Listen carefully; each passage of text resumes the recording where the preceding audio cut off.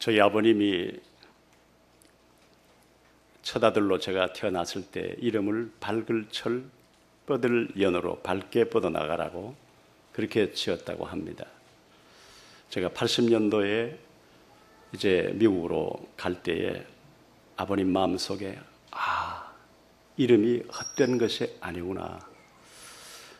제가 2006년도에 중남미 순회 선교사로 파송받았다는 아버님이 그 소식을 들으시고 나는 미국만 생각했는데 하나님의 계획은 더 넓은 세계로, 더 먼 세계로 가게 하시는구나.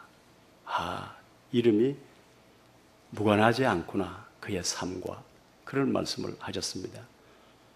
저는 멀리 미국에서 여러분의 교회가 세계 비전 교회로 이름을 바꾼 사실을 제가 나중에 듣고 교회의 방향과 성장이 이름과 무관하지 않을 정도가 아니고 반드시 그 이름대로 될 줄로 믿습니다. 그 이름을 주실 때 이미 그런 비전을 주셨기 때문에 그 이름을 짓게 된 줄로 압니다. 오늘 장로님 제가 얼굴은 모르지만 대표 기도를 들으면서 한편의 메시지구나. 어떻게 기도가 이렇게 함축된 모든 메시지를 그 안에 다 담을 수 있을까? 그런 느낌.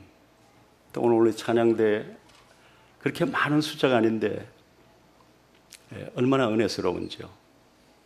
제가 여기 와서 앉아서 여러분들의 모습을 보면서 교인들의 전체 연령별 느낌이 젊은 층이 많다. 이런 느낌을 받았습니다. 교회의 미래라고 생각합니다. 앞으로 세계 비전 교회는 전 세계를 보고만 하는 그런 비전 있는 교회로 성장하게 될 줄로 믿습니다. 제가 예원교회라든지 임마누엘 교회 가끔씩 방문합니다만 그 교회에 가서 느끼는 공통점은 성장하는 교회의 한 가지 공통점 중에 한 가지가 무엇인가 하니 규모가 있다. 예배 흐름이라든지 손님을 맞이하는 거라든지 다른 교회에서 느낄 수 없는 규모를 제가 느낍니다. 제가 어제 부산에서 와서 이제 대전역에 내려서 또 와서 바로 식당으로 안내를 받고 또 호텔에서 쉬고 또 아침에 일어나니까 장로님께서 벌써 문자를 보내왔어요. 제가 8시 반까지 호텔 로비에서 기다리겠습니다. 이런 모든 진행 과정을 보면서 이 교회는 확실히 규모 있는 교회다. 역시 성장하는 교회의 공통점을 가진 교회구나. 그런 느낌을 제가 받았습니다. 반드시 그렇게 될 줄로 믿습니다.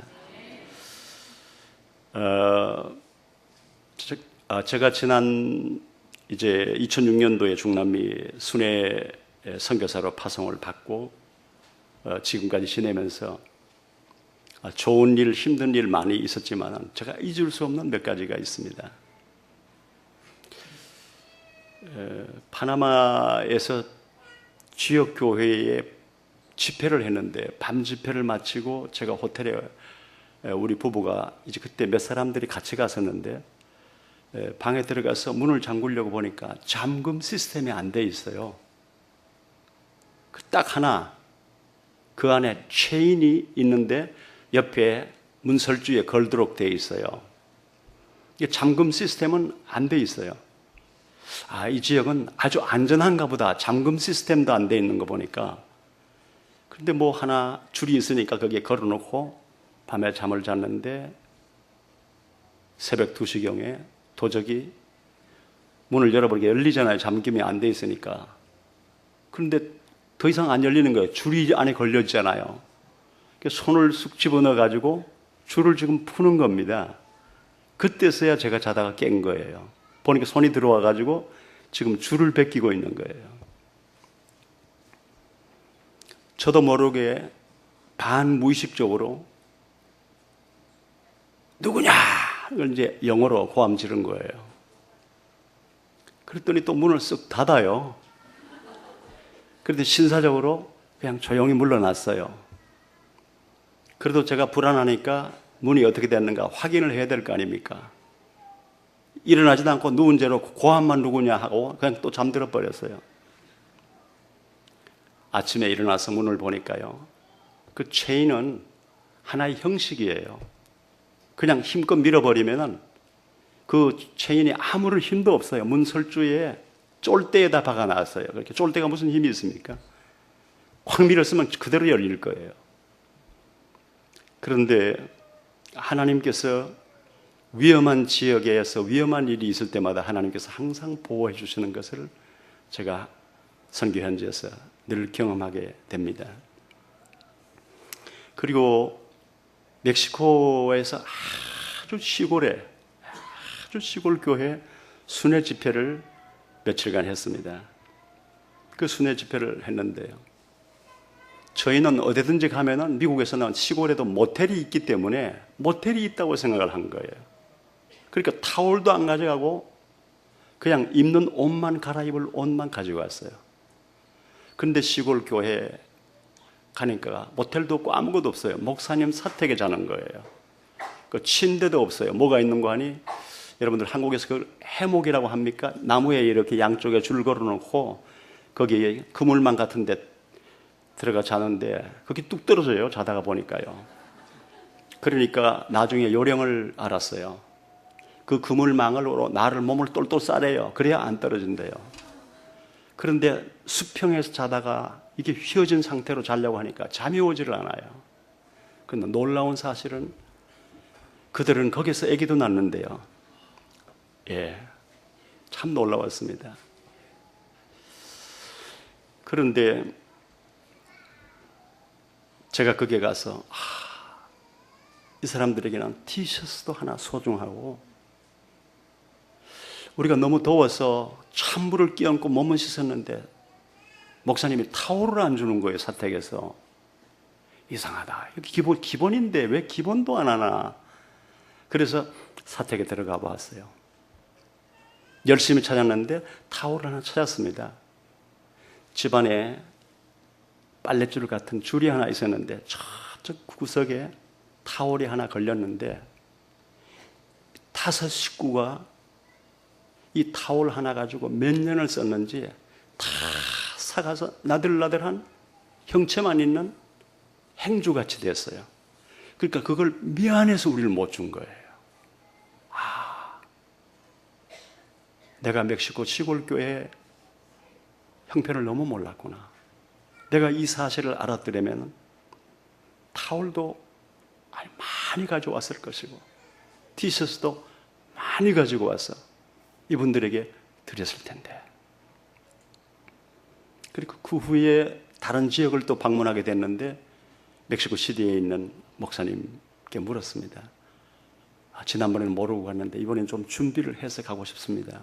어떻게 목사님들 또 목사님들 가정의 자녀들을 티셔츠를 하나씩 준비해 갈까요? 그랬더니 멕시코 시티에 있는 목사님이 그 지역 지방교회를 개척하신 분인데 티셔츠보다도 더 필요한 것이 있습니다. 뭡니까? 티셔츠는 안 입어도 되지만 꼭 필요한 게 있습니다. 그게 뭡니까 도대체? 숟가락이 필요합니다.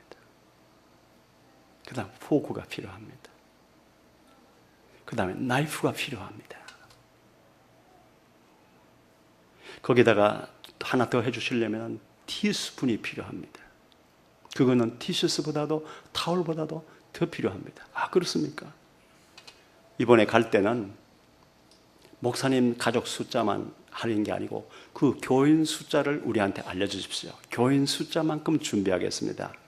그 세 교회인데 그 지역에 뭐 한 교회는 제일 많은 교회는 250명, 또 한 교회는 뭐 100명, 이렇게 350명이잖아요. 한 교회는 50명, 그 400명인 거예요.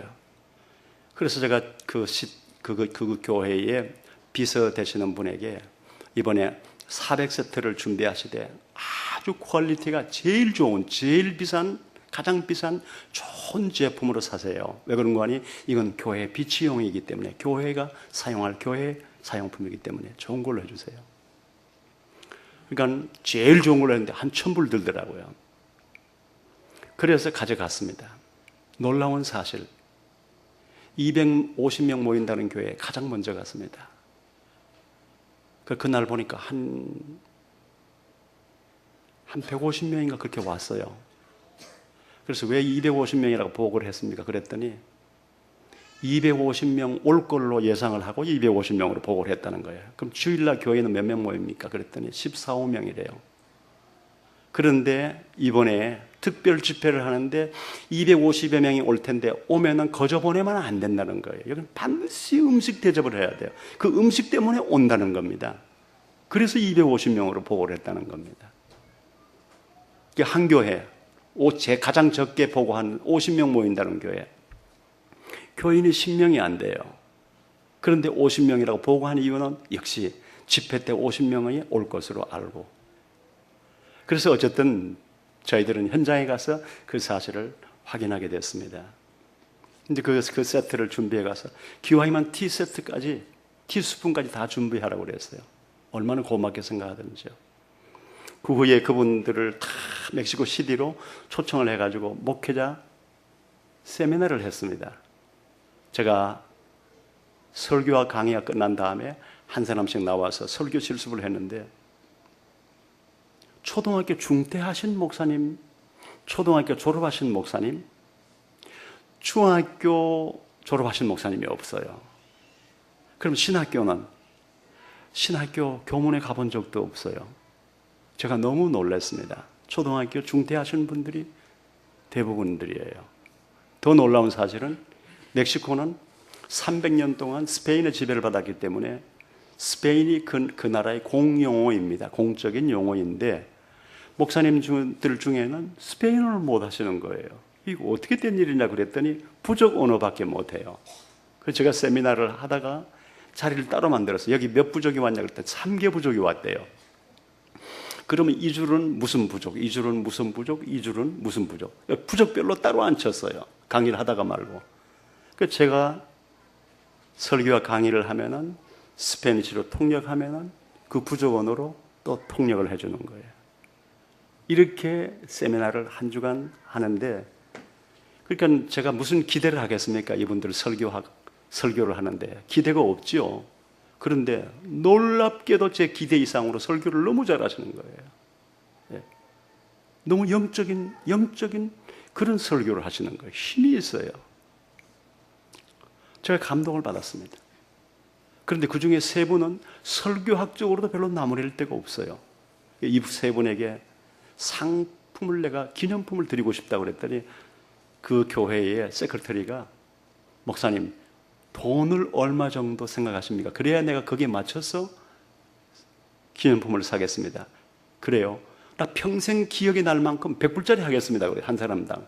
아, 그래요? 그러면 이 사람들이 평생에 가지고 싶은 소원이 하나 있는데 그게 뭔가 하니 주석 성경이래요. 신학교도 안 가봤죠. 뭐 배운 게 없어요. 그런데 성경은 난해 구절은 많죠. 주석 성경을 평생 가지고 싶은데 그걸 못 산다는 거예요. 살 돈이 없다는 거예요. 한 100불 가까이 하는데.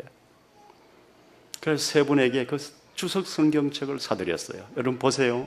이제 일주일쯤 되는데 월화수 3일간 이제 설교학을 하고 그 상을 이제 세 분에게 드린 겁니다.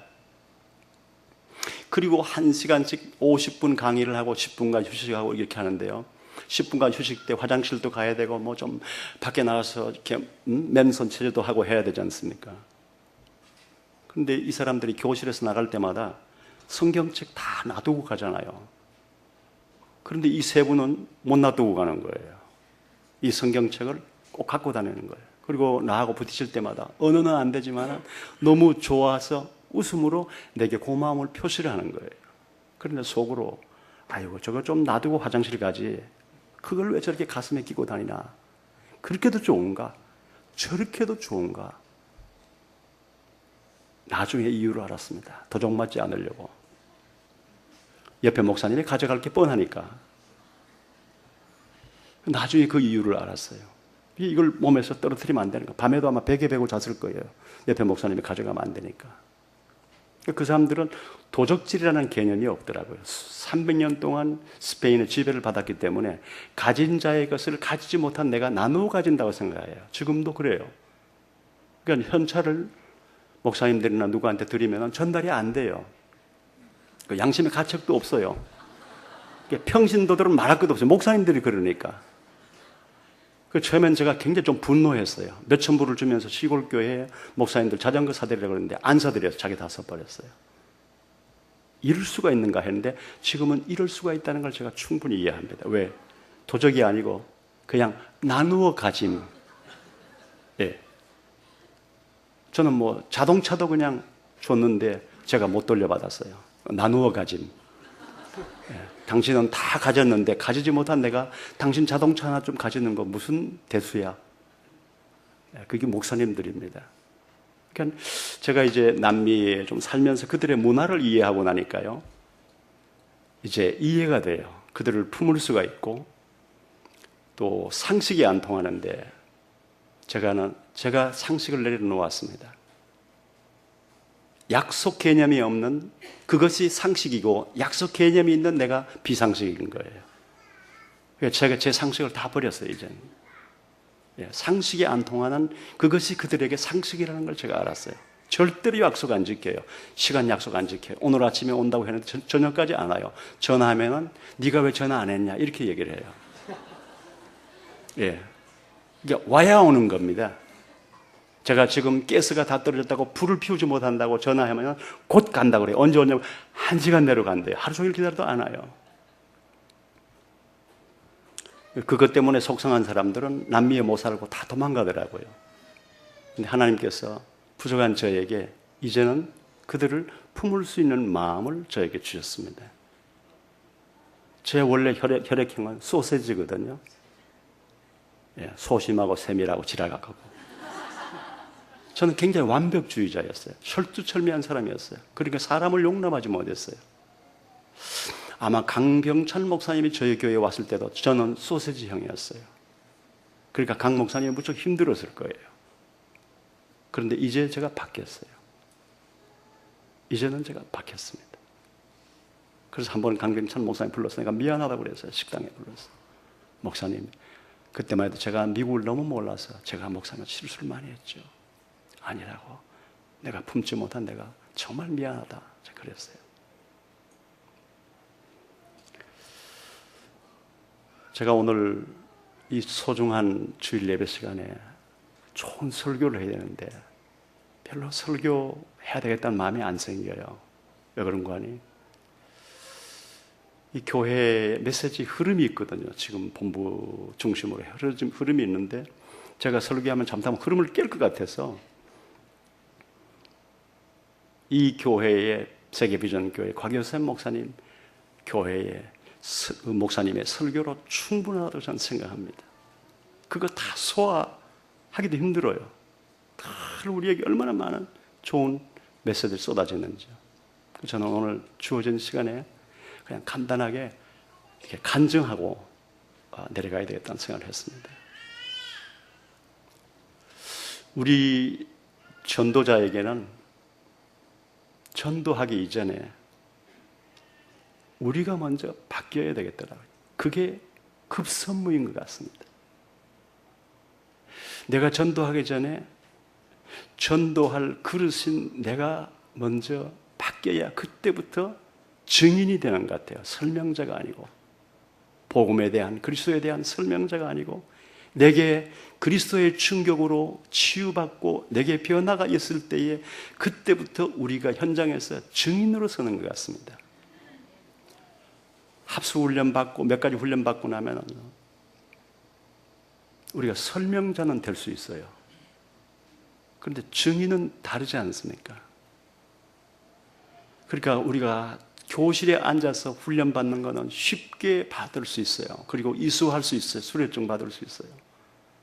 그런데 내가 현장에서 어떤 인간도 끌어안고 복음을 증거하고 복음을 통해서 치유를 할 수 있는 증인으로 서는 데는 내 삶 속에 하나님이 나를 훈련하시더라고요. 그런데 어려운 일이 있을 때마다, 고통이 올 때마다 이걸 하나님의 훈련으로 보지 못하는데 우리의 맹점이 있어요. 하나님의 훈련으로 봐버리면 그 훈련을 감수하고 눈물겹고 고통스럽지만 감사함이 나오는데 내가 복음을 깨달았는데 왜 이런 일이 계속 있어야 돼야 하고 하나님의 훈련을 못 보니까 거부를 하게 되는 거예요. 그러니까 벌써 졸업을 했어야 될 내가 재수 삼수를 하게 되는 겁니다. 훈련이 끝이 안 나요. 왜? 내가 훈련으로 안 보니까, 고통으로만 보니까. 내가 문제로만 봐버리니까 그걸 피하고 싶은 거예요. 훈련인데 하나님은.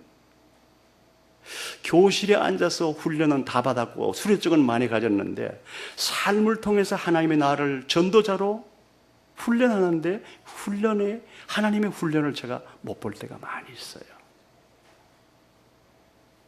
하나님은 여러분 한 사람 한 사람을 이미 복음 안에서 전도자로 부르시고 전도제자로 하나님의 훈련해 가신 줄 믿습니다. 그것이 우리 영원한 세계에 하나님 앞에 갔을 때 최고의 상급이기 때문에 하나님은 그걸 여러분들에게 주시려고 이미 계획을 해놓으시고 여러분들을 훈련의 코스에 불러 넣으셨습니다. 피하면 피할수록 재수 삼수하게 되고 고생하는 겁니다. 빨리 고생을 끝내려면 내게 부딪힌 어떤 직면한 문제나 고통이나 갈등이나 그 자체를 여러분들이 갈등으로 보시면 속는 것입니다. 나를 다듬어 가시는 하나님의 훈련 시간표에 있구나. 이것이 나를 나되게 하는, 변화시키려고 하는 하나님의 계획이구나. 이렇게 봐버리면 그때부터 달라질 줄로 믿습니다. 제가 이 복음을 듣기 전 훨씬 전에 제가 목회하면서 혹은 신학교 때 만났던 장로님들의 얘기를 하고 싶습니다. 제가 신학교 때 기도원에 가서 있는데 저희 옆방에 장로님이 오셨어요. 그러다 보니까 우연히 만나서 대화를 하게 됐는데 1970년대에 스위스 로잔 대회에 한국 기독교 지도자들이 한철아 박사 또 다른 유명한 이제 대표들이 갈 때에 장로님 한 분이 따라가셨어요. 수행원으로. 왜? 그 목사님들은 경제적으로 여유가 없으니까 도와주기 위해서 가셨는데 그분이 정청명 장로님인데 로잔 대회를 마치고 유럽 관광을 하고 김포공항에 도착을 해서 회사로 가지 않고 집으로 가지 않고 기도원으로 먼저 오신 분이세요. 좀 남다른 분이죠. 그래서 저하고 만났어요. 그분의 간증입니다. 목사님, 제가 서울역 뒤에 천마화학이라고 하는 이름으로 큰 공장을 했는데 12월에 불이 나가지고 그냥 잿더미가 됐습니다. 집에 오니까 저희 아내가 현찰 보따리를 주면서 장로님, 빨리 기도원으로 피신을 하세요. 그래서 기도원으로 가고 있는데 가다가 보니까 어둑어둑한데 어느 서울 변두리의 교회가 집회를 하는 거예요. 기사를 보고 여기 차를 멈추라. 우리가 은혜를 받고 가자. 그래서 이제 현찰 보따리를 차에 놔두는 것은 위험하니까 가지고 예배실에 저 뒤에 가서 그날 저녁에 얼마나 은혜를 많이 받았는지 거기까지는 좋았습니다. 왜? 특별헌금을 할 게 뭡니까? 특별헌금을 하는 거예요. 건축헌금을 하는 거예요. 그런데 요즘은 그렇지 않지만 그 옛날에는 항상 헌금 시간마다 부르는 찬송이 내게 있는 모든 것을 아낌없이 드리네. 주께 드리네. 주께 드리네. 처음으로 정신이 번쩍 드는 거예요. 내게 있는 모든 것. 아무 생각 없이 불렀던 그 찬송, 이제는 진짜 그 찬송 앞에서 직면하게 된 겁니다. 내게 있는 진짜 모든 것이에요. 이 현찰 보따리가 찬송가대로 할 것인가, 모른 척하고 이건 챙길 것인가 갈등하는 겁니다. 헌금 주머니가 자기 앞으로 오는데 그때만 해도 긴 매미채 끝에 주머니가 하나 달린 거, 그게 이제 오는 거예요. 갈등을 많이 했습니다. 그러다가 결정했습니다. 찬송가대로 하나님께 드리자. 드렸습니다. 기도원을 갔습니다. 금식기도로에 들어갔습니다. 하나님의 확신을 주었습니다. 지금까지는 내 경험, 지혜, 지식 노력으로 쌓아왔지. 그거는 재난을 막을 수가 없는 거야. 재난을 막을 수 있는 내가 너의 기업을 책임질게. 이 믿음이 하나님이 그런 확신을 주셨습니다. 너무 고마웠습니다. 너무 감사했습니다. 그래서 기쁨에 넘쳐서 내려왔습니다. 얼마 있다가 이상한 일이 생겼습니다. 유럽의 바이어들이 처음으로 동양에 왔습니다. 일본에 먼저 갔습니다. 그리고 샘플을 받았습니다. 온 걸음에 한국에 한번 들리자 한국에 들렸습니다. 이 장로님을 만났습니다. 샘플을 받았습니다. 일본제와 비교를 했습니다. 일본 제품보다 더 좋은 상품이었습니다. 주문을 했습니다. 장로님이 기술은 있는데 공장이 없습니다. 불이 났습니다. 그러면 공장 세우는데 얼마나 필요합니까? 얼마 정도 필요합니다. 아, 그래요? 이 사람들은 이미 주머니에 가지고 온 달러를 주어서 공장을 다 완성해서 제품이 나오기 시작했습니다. 1년 뒤에 장로님이 교회 앞에서 간증을 했습니다. 내가 지난 수십 년 동안 열심히 신앙생활, 열심히 일해온 것 여러분들이 아시죠? 수십 년 동안 내 힘으로 모은 것보다가 쌓은 것보다가 지난 1년 동안 하나님이 그냥 갖다 안겨주신 것이 훨씬 더 많았습니다. 저는 지금까지 지나오면서 멋있는 장로님들을 몇 분 더 만났습니다. 그런데 그분들의 공통점 한 가지, 결정적인 순간에 대부분의 사람들은 인간적인 계산법으로 기울어지답니다. 그런데 하나님 앞에 특별히 쓰임받거나 응답받는 사람들은 결정적인 순간에 판단과 선택과 결정이 다르다는 것을 알았습니다. 인간적인 계산을 버리고 하나님의 기적을 의지하고 하나님을 의존하는 쪽으로 결정을 하더라고요. 그게 크게 쓰임받는 사람들의 공통점이라는 사실을 하나님이 저에게 깨닫게 해주셨습니다. 그 장로님을 우연히 제가 미국에서 저희 친구가 커네디컷주에서 위임식을 할 때 제가 노회장으로서 설교를 하러 갔는데 예배 후에 우연히 정청명 장로님을 만난 거예요. 거기 참석을 했어요. 장로님 웬일이세요? 목사님, 제가 지난 수년 동안요 선교비를 너무 많이 보냈더니 외화 유출이라고 그런 의심을 받고 감사가 들어왔습니다.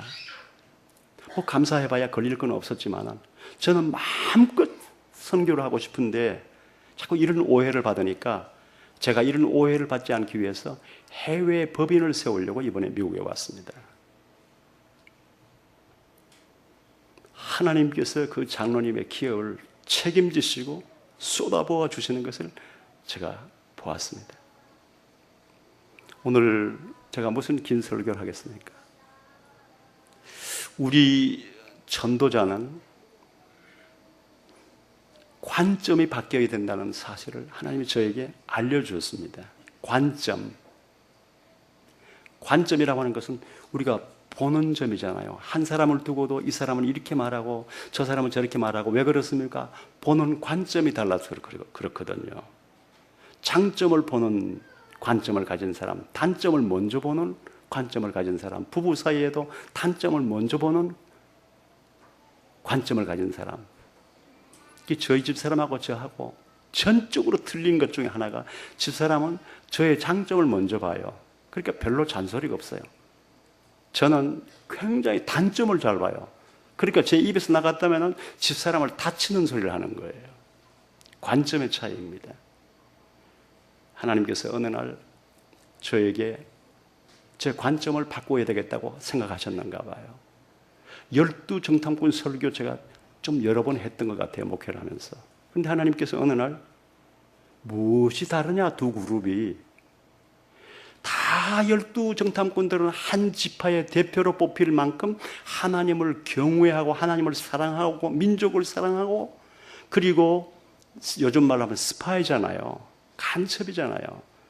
그런 사람으로 뽑아가지고 그 황무지에 40일 동안 내보내도 죽지 않고 살아올 지혜가 있는 사람, 그런 사람들을 다 뽑았지 않습니까? 그런데 어쩌면 하나님을 경외하고 사랑하고 민족을 사랑하는 그 지파의 대표로 뽑힌 열정탐꾼의 보고를 통해서 이스라엘 백성들이 다 불신앙에 빠지고 멸망하게 만들었냐? 여기에 중요한 이유가 있다는 겁니다. 10명의 하나님을 경외하는 정탐꾼 때문에 이스라엘 백성들이 멸망을 당한 거예요.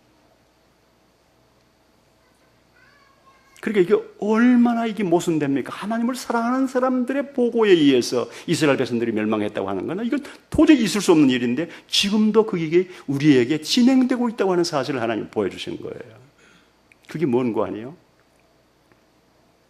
열정탐꾼들은 자기 40일 동안 보고 듣고 느낀 것이 사실이라고 생각했고 이것이 사실이라고 보고를 한 거예요.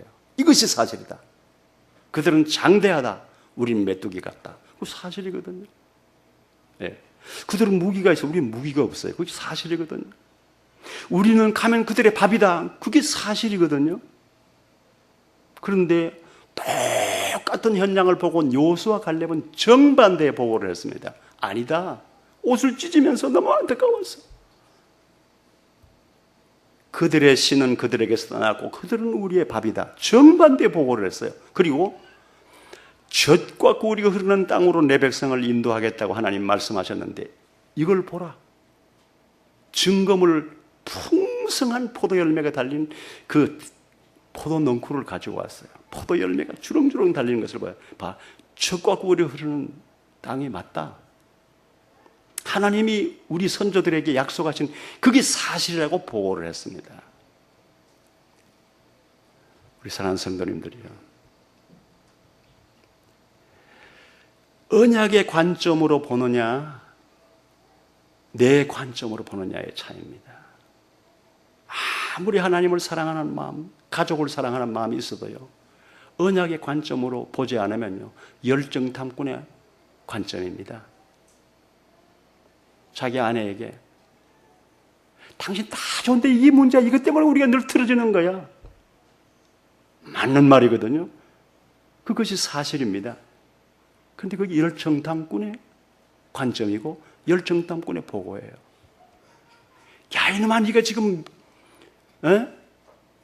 고 2학년이야. 내 인생을 결정지어줄 대학교를 가느냐 못 가느냐 하는 중요한 시점이야. 그런 친구들하고 어울려서 되겠어? 그게 사실이거든요. 그런데 열정탐꾼의 고백입니다. 아이 못 살려요. 그런데 언약 가진 엄마는 다릅니다. 딸아, 힘들지. 그 친구들한테 어울리고 싶어서 어울리겠니? 너도 많이 고민하겠지. 뗄래야 뗄 수 없는 내 인생의 진로의 중요한 시점에 있다는 것 너도 잘 알기 때문에 얼마나 고민한다는 거 엄마 이해하고 있어.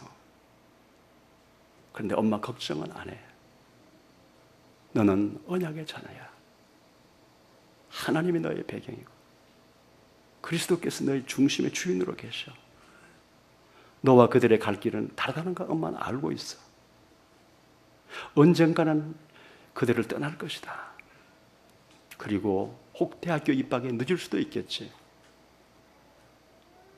그러나 조금 돌아가는 것뿐이지 너의 미래는 하나님의 손에 있어. 그리고 그리스도께서 너의 인생의 주인이기 때문에 너는 반드시 승리할 거야. 너와 그들의 가는 길은 같이 갈 수가 없다는 거 엄마 알고 있어. 언약을 가진 자의 부모의 말을 들은 자녀들은 상처받는 것이 아니라 치유를 받습니다. 생각이 바뀌는 거예요. 나는 엄마 아빠가 나를 이미 너는 인생 끝났다고 나를 그렇게 볼 줄 알았는데 엄마의 말을 듣고 보니까 엄마의 마음은 달라. 아빠는 나를 이미 내쳐놓은 줄 알았는데 아빠가 나를 보는 건 다르구나. 맞아.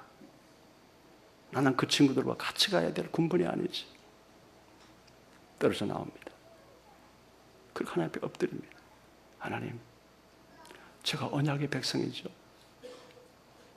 그리스도께서 내 삶의 주인이시죠.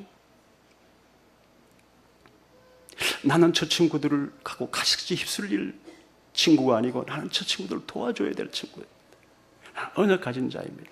난 복음 가진 자예요. 하나님, 난 저 친구들 살리고 싶어요. 저에게 지혜를 주세요. 나 지금까지 정말 엉망으로 살았지만은 제가 대학교 입학부터가 저 친구들에게 간증이 되기를 저는 원합니다. 나 저 친구들을 도와야 될 사람. 난 저 친구들을 살려야 됩니다. 하나님, 저에게 지혜를 주세요. 저에게 집중력을 주세요. 그때부터 공부를 하기 시작했는데 좋은 대학교에 들어갔습니다. 다른 주변 친구들 다 놀랐습니다. 왜? 이미 내쳐놓은 친구니까. 사랑하는 성도님들이야, 우리는 전도 현장에 가야 되지만 가기 전에 내게 관정이 있어야 합니다. 무슨 관정이요? 관점이 바뀌었다는 겁니다. 언약의 관점. 아브라함이 하나님의 구체적인 언약을 듣고도 언약을 이해하지 못해서 온갖 인간적인 방법을 다 동원하고 하나님 믿지를 않았어요. 왜? 현실은 자기 아내가 생리가 끊어진 지가 오래돼서 아기를 가질 수가 없기 때문에 하갈을 취하는 것은 당연한 거죠. 그 자기 아내가 오히려 권유를 했어요. 왜? 일을 만들어 가야 되니까.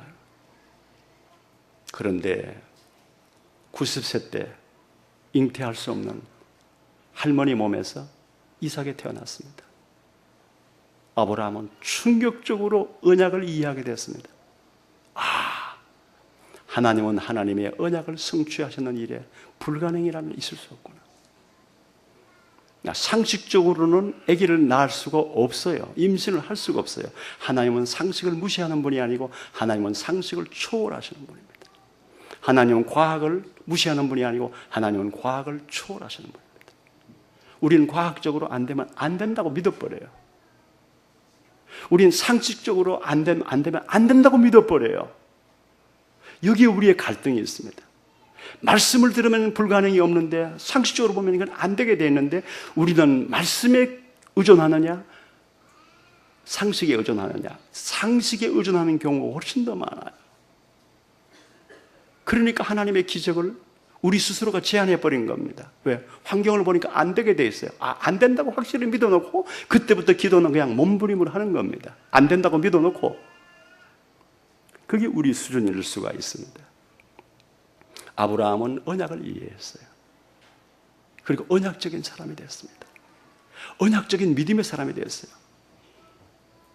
이삭이 한창 멋진 청소년 때 제물로 바치라고 그랬어요. 아브라함 갈등하지 않았습니다.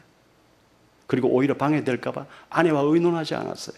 종들과도 의논하지 않았어요. 일사천리로 그냥 진행을 한 겁니다.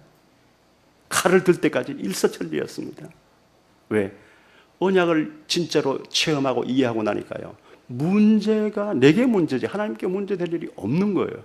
그러면 이 일을 진행하시는 분이 나냐 하나님이냐는 거예요. 하나님이지. 그 하나님께 뭐가 문제 있어요? 우리는 주인 바뀌었다고 가끔씩 간증해요. 그 주인이 어떤 주인이십니까?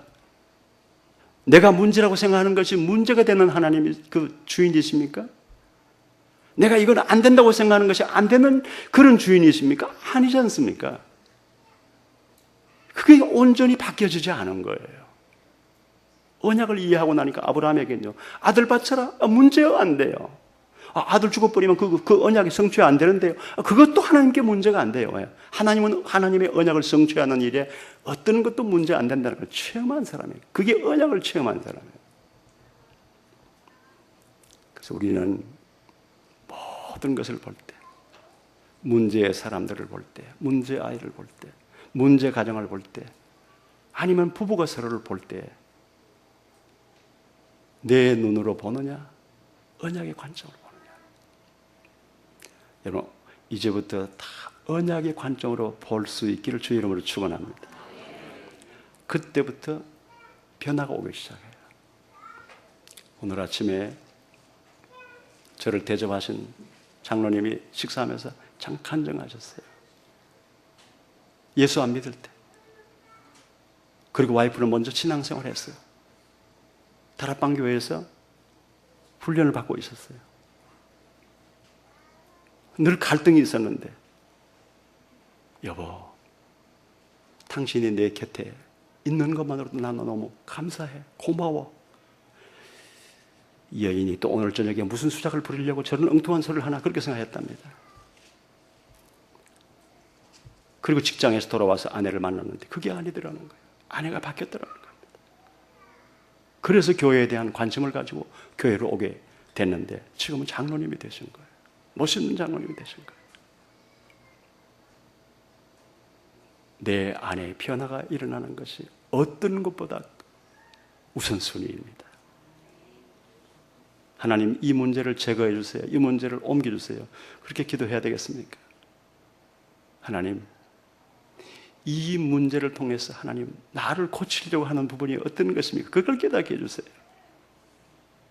하나님, 이 갈등 이제 없게 해주세요. 그 기도가 아니라 하나님, 이 갈등을 통해서 내가 수정되어야 될 부분들이 어떤 부분들입니까? 나를 고치기를 원하시는 하나님, 나를 고쳐주세요. 깨닫게 해주세요. 그게 제대로 된 학습입니다. 언약의 관점. 어떤 문제도 문제될 일이 아니다. 과정일 뿐이다. 창세기의 네 인물들은 하나님께서 언약을 설명하기 위해서 네 인물을 사용했습니다. 아브라함, 이삭, 야곱, 요셉.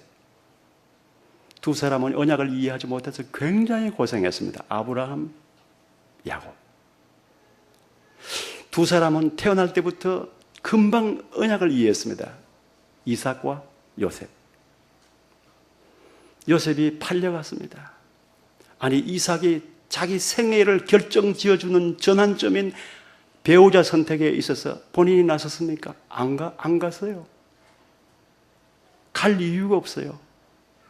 하나님의 언약대로 될 것을 저는 믿었기 때문에 이삭은 인생의 최고의 결정해야 될 배우자 선택에 본인이 가지 않았습니다.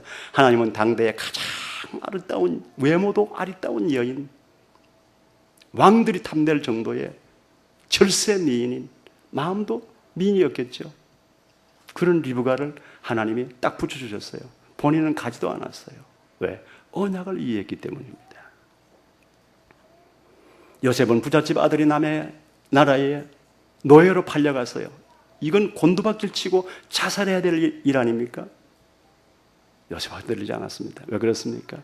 그는 언약을 이해하고 있었어요. 그러니까 지금 내가 가는 모든 당하는 일들, 과정들은 언약 성취의 과정으로 보는 것입니다.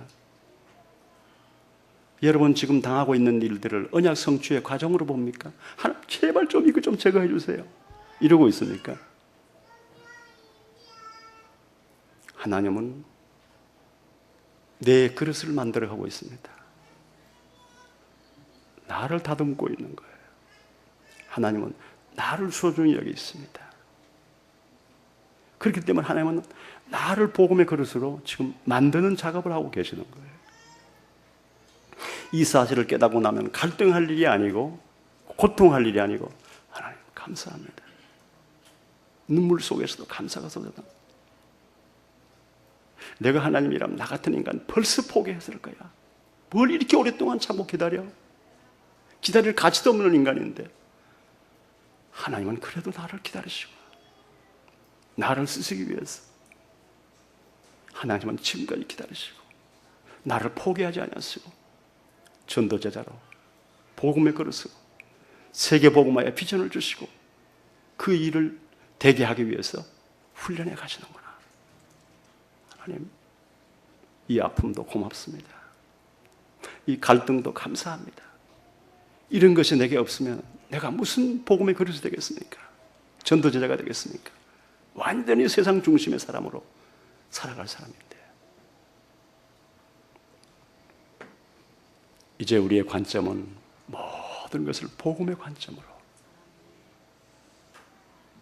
저 인간 저 대전에서 유명한 인간인데 아이고 어쩌다 우리 교회로 왔지 또 앞으로 우리 교회 시끄럽겠구나 그게 우리의 관점이거든요.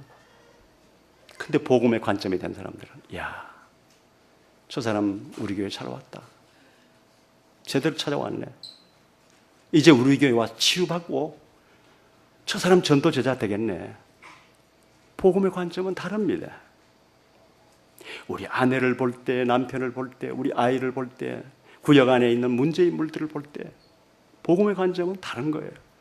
복음의 관점을 가질 때 그 사람을 도울 수 있습니다. 그 사람을 살릴 수가 있는 거예요. 제가 80년도에 6월 12일 날 미국에 첫걸음을 디뎠습니다. 가기 전에 부산의 광안리 해수욕장 옆에 있는 합동측 신부산 교회에 이영수 목사님을 모시고 부목사 생활을 했습니다. 제가 그 교회에 들어가서 얼마 안 됐어요. 교회 건축을 했는데요. 안수 집사님들이 얼마나 믿음이 좋은지 이런 믿음을 가졌어요. 우상 숭배하는 경주의 불국사도 500년 세월이 지나도 저렇게 관광객들이 끌어모일 정도인데 우리가 만주의 주 여호와 하나님을 섬기는 예배하는 성전을 짓는데 그 정도 수준 가지고 되겠느냐. 우리가 정말 후대에게 물려줄 수 있는 그런 성전을 짓자. 이래가지고 안수집 사람들이요 비행기를 타고 인천, 서울을 갔다 오죠. 가장 그 당시에 멋있게 잘 지었다는 교회들을 다 보고 온 거예요. 교인들은 그때 내 생각에 불과 한 300~400명 모일 때요. 그런데 부산에서 제일 큰 교회를 지었습니다. 그때 부산 영락교회가 가장 큰 교회를 짓고 있었는데 같은 건축업자예요. 그 장로님께 영락교회 몇 평을 짓습니까? 예, 지금 1000몇 평을 짓습니다. 우리는 50평 더 크게 지어주세요. 이게 도저히 교회 신뢰하고 맞지 않는 일을 시작해버리는 겁니다. 그 믿음, 안수집 사람들이 그 믿음 때문에. 그런데 보세요. 당시에 부산에서 페인트 공장을 크게 하시던 집사님이 우리 교회 집사님하고 친구인데 우리 교회 건축한다는 소리 듣고 도망간 게 아니라 다른 교회에서 우리 교회로 와버렸어요. 이제 하나님의 작업입니다. 믿음으로 시작해 놓으니까요. 일을 저질러 놓으니까 하나님이 그때 작업을 하셨는데 그 김흥주 집사님을 보내왔어요. 그때 광안리 해수욕장에 집 한 채가 500만 원. 그 후에 제가 미국에서 들어보니까 한 10년 지난 다음에 5억이 되었더라고요. 그런데 그 당시에 이분이 현찰 2천만 원을 헌금을 하신 거예요. 예. 그러니까 막 교회가 예배당이 막 일사불란하게 예배당이 이제 올라간 겁니다. 예배당이 완성되기 전에 교회 재정이 바닥에 나왔어요. 건축 헌금이 그냥 바닥에 나버렸어요. 이제 더 이상 진행이 안 되는 겁니다. 그러니까 이 집사님이 자기 공장의 모든 직원들을 다 매일 출근을 교회로 하는 거예요. 그리고 완성을 했습니다. 그러니까 그 후에 무슨 일이 있는 거 아니? 하나님께서 이 집사님에게 그 기업에 막 쏟아부어 주시기 시작하는데요. 감당이 안 될 정도로 하나님이 쏟아부어 주시는 거예요. 그래서 이분이 돈 좀 여유 있을 때에 저기 낙동강 하구에 있는 조그마한 산 한쪽 모퉁이를 사놨어요. 그냥 돈이 좀 남았으니까 그냥 좀 사놨어요. 그런데 어느 날 부산에 큰 이름 있는 기업주가 자기를 부른 거예요. 그 산자락 내게 팔으라고. 저도 계획이 있습니다. 못 팝니다. 내게 정말 팔라고. 내가 돈은 얼마든지 값을 잘 쳐줄 테니까 팔아. 저도 계획이 있으면 못 팝니다. 나중에 알고 보니까 그 기업주가 그 시대에 황금알을 낳는다고 하는 골프장 허가를 받은 거예요. 그런데 자기 땅 가지고는 18홀이 안 나와요. 9홀밖에 안 나오는 거예요. 이 장로님, 이 집사님, 김흥주 집사님 산을 마저 사놓아야 18홀이 나오는 겁니다. 그러니 이게 절반짜리밖에 안 되니까 이거 어떻게 됩니까? 절반한 거예요. 이걸 팔으라고. 안 판다고 하니까요. 어느 날 서면에 부르더니 호텔로 불러요. 호텔 주인이거든요. 이 호텔을 다 구경을 시키더니 이 호텔이 내 호텔인데 이 호텔하고 바꾸자. 그 땅하고 이 호텔하고는 비교가 안 되는 거예요. 호텔 한 층만 해도 그 땅을 사는 거예요. 그런데 그 호텔하고 바꾸었어요. 제가 미국에서 한국에 나와서 전화를 드려서 그때는 장로님이 됐을 때입니다. 목사님 미안합니다. 제가 모시러 가야 되는데 지금 좀 너무 바빠서 택시 타고 서면에 아무 호텔이라 그러면 택시 운전자들이 다 아니까 오십시오. 찾아갔어요. 목사님 오신 거라면 오늘 밤 하루 종일 주무시고 가세요. 저희 집 사람은 같이 갔는데. 하나님이 필요로 하실 때, 하나님이 원하실 때에 누가 믿음의 결단을 하느냐, 저는 그때 그게 중요하다고 봤어요. 안수 집사님들이 계산적으로 이 교회 실력에 있을 수 없는, 계산적으로 맞지 않는 일을 결단을 하시더라니까요. 네. 그건 믿음이었어요. 그러니까 남의 교회에 경제력이 있는 집사님을 그냥 하나님이 끌고 들어왔어요. 헌금을 하게 했어요. 일사불란하게 했어요. 근데 믿음으로 시작하는 분이기 때문에 끝을 못 내니까요. 자기가 그냥 직원들 다 데리고 와서 교회를 완성해버리는 거예요. 그때부터 하나님께서 그에게 역사하시는데요. 그 뒤에 많은 얘기들을 제가 어떻게 이 시간에 다 하겠습니까? 여러분들이 이 시대에 하나님이 원하시는 것이 무엇인지 우리는 알고 있습니다. 그리고 그 일을 위해서 항상 기도해오고 있습니다. 그런데 때때로 하나님은 결단의 시간표를 우리에게 주시더라고요. 결단의 시간표. 그 결단의 시간표에 자기 계산으로 결단하는 사람, 하나님의 기적을 기대하고 인간의 계산을 버리고 결단하는 사람, 차이가 있더라니까요.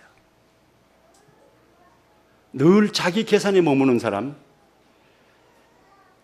어떤 범주, 자기 계산을 버리고 하나님 앞에 헌신을 결단하는 사람, 그 다음에는 하나님의 전적으로 책임을 지시더라니까요.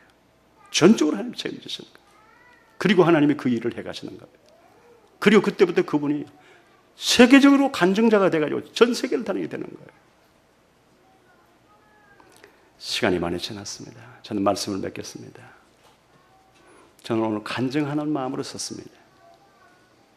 오늘 본문 말씀에 분명히 하나님께서 28절에 하나님께서 그들에게 이르시되 생육하고 번성하여 땅에 충만하라, 땅을 정복하라, 바다의 물고기와 하늘의 새와 땅에 움직이는 모든 생물을 다스리라. 하나님이 천지를 창조하시고 인간에게 주신 첫 번 메시지입니다. 첫 번 메시지. 두 번째 메시지가 아니에요. 첫 번 메시지. 그것이 생육, 번성, 땅을 정복, 다스리라는 것이 하나님의 첫 번 메시지입니다. 그런데 그게 하나님의 첫 번 메시지고 그것이 창조하고 하신 하나님의 목적이고 하나님의 비전이고 하나님의 청사진이었습니다. 그런데 창세기 3장에 뱀을 앞세운 사단이 나타나서 하나님의 이 멋진 작품 아담 하와에게 하나님의 언약을 놓치게 하고 하나님의 언약을 등지게 하는 일에 사탄이 성공해버리고 하나님을 떠나게 만드는 거예요. 지금 우리가 이 복음과 이 언약을 통해서 회복을 시켜주셨습니다. 그것이 우리 삶 속에서 하나님은 실천되어지고 체험되어지고 확인되어지기를 원하는 겁니다. 땅을 정복하고 번성하고 만물을 다스리고 정복하고 이거 하나님의 첫 번째 우리 주신 것을 우리가 회복하게 하는데 회복하는 힘이 우리에게 있는 것이 아니고 언약에 있습니다. 그러니까 언약의 관점으로 보기 시작해야 그때부터 우리에게 이 하나님 첫 번째 주신 이 메시지가 우리에게 성취되게 되어지는 줄로 믿습니다. 복음의 관점으로 봐야 됩니다. 그래야 다른 사람들을 도울 수 있고 살릴 수가 있고 다른 사람 이전에 가정을 도우고 가정을 살릴 수가 있습니다. 우리 가정에 있는 후대를 살릴 수가 있습니다. 복음의 관점으로 봐야.